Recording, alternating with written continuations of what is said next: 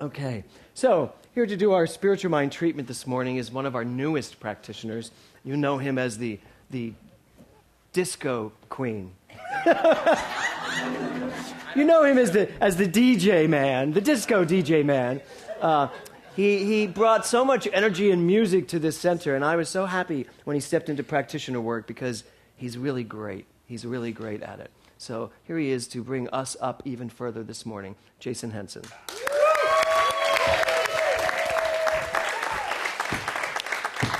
That was perfect. So I've got James on. I'm trying to do both here. So disco queen, actually, I'm going to correct that. I am the disco king, actually. Because I believe that the kingdom of heaven is within, and I become conscious of this kingdom to the degree that I become conscious, you know, that thing that we say. I'm very conscious that the kingdom is within and the king has come home. So, I have many hats that I wear here as the sound is DJ One Love, father of Jet Henson. You'll see him actually today. He is in a Halloween costume. He is Little Daddy, is what he is. So, but he's Michael Jackson, so don't say anything. So, but I am a grateful licensed practitioner of this amazing spiritual community, and I just say, good morning. So I'm going to read something. I was kind of toying with what wants to come through, you know, getting the bloated nothingness out of the way and see what spirit wants to come through this morning. And I was getting home from DJing a great wedding last night, and I get to celebrate love pretty much every weekend, and it's just an honor. But last night I'm like, what wants to be spoken? And this is what came through. Page 88 of the textbook, Ernest Holmes writes, the personalness of God. We should think of God not only as principle, forever pushing forward into expression, but as infinite person. In other words, if we merely think of an abstract principle, a mathematical law of cause and effect, we shall lose all warmth and color. We should be very careful in abstracting the principle, not to forget the essence. There is something in the human mind that desires to think of God or spirit as person. Anything which has been in the human mind since time began, anything we are unable to erase from the human mind as a deep urge, arises out of reality. Let us not forget that there is an inherent necessity for warmth and color. The universe is more than an inexorable law of cause and effect. Personality cannot emerge from a principle which does not contain the inherent possibility of personality. In each one of us, to each one of us, through each one of us, something is personalized. And that which is personalized is personal to its own personification. Spiritual evolution should make the infinite not more distant, but more intimate. And when I was studying, my first 2 years of studying to become a practitioner, I was grateful to be with Dr. Jim Lockard. And he had said something that was so profound. He talked about courting the beloved. And I loved that because this thing that we call God, I come from a decade of Christianity where Jesus was this personal thing that I could look to.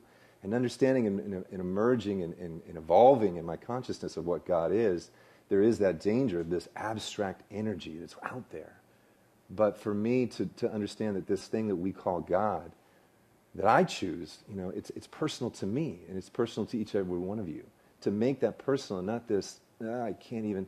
But we know that the Tao Te Ching says the Tao that can be named is not the Tao at all. So to put a label on it is challenging. But for me, I shifted God to goddess, to this beautiful, divine, feminine nature of nurturing, of caring, of always, I got you, baby. That feeling of, I got you. And that feels good, and there's more to that. But I know that that's still not that, but it's intimate and it's close. And to court the beloved, that I get to date goddess. I get to spend time, and she's intimate to me. And it's transformed my relationship to everything in life, to know that I'm one with her, as everything that is. So I just want to share that with you, just to keep it personal, make it personal for whatever it is for you. And so my affirmation this morning is, I'll say it once, and then you can repeat it with me 2 times, and once is, I love the beloved, and the beloved loves me. Say that with me 2 times.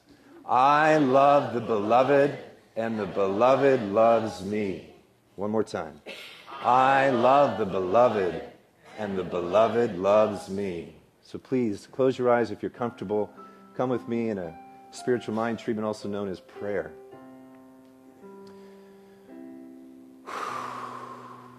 I breathe in this moment, knowing that there is one palpable energy, one infinite source of all that is.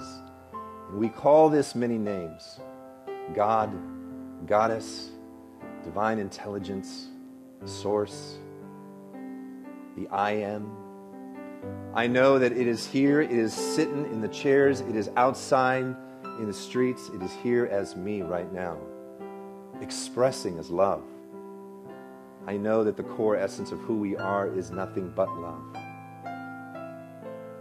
And this loving energy that we get to spend time with anytime we want to, we can call, we can write letters to, we can share that intimate time with this beautiful energy, this loving, nurturing energy we call Goddess. I call Goddess. So grateful to know that we are expanding and evolving as Goddess, God. I know this. But as much as we expand, may we continue to bring it to that still small space within our altar, where all source, where all power lives. And it extends into our lives, into our affairs, into our health, into our love, into our creative expression, into our wealth. So grateful for this great community, so grateful for our online community. The Global Truth Center is bringing people back to one. And we are grateful to do it. Thank you for our leaders. Thank you for Reverend James and what he's going to do today to express the art of letting go and coming back home. I know that my word is spoken with love, with awareness of the divinity of who we are. And I just simply let it be so. And together we say, so it is.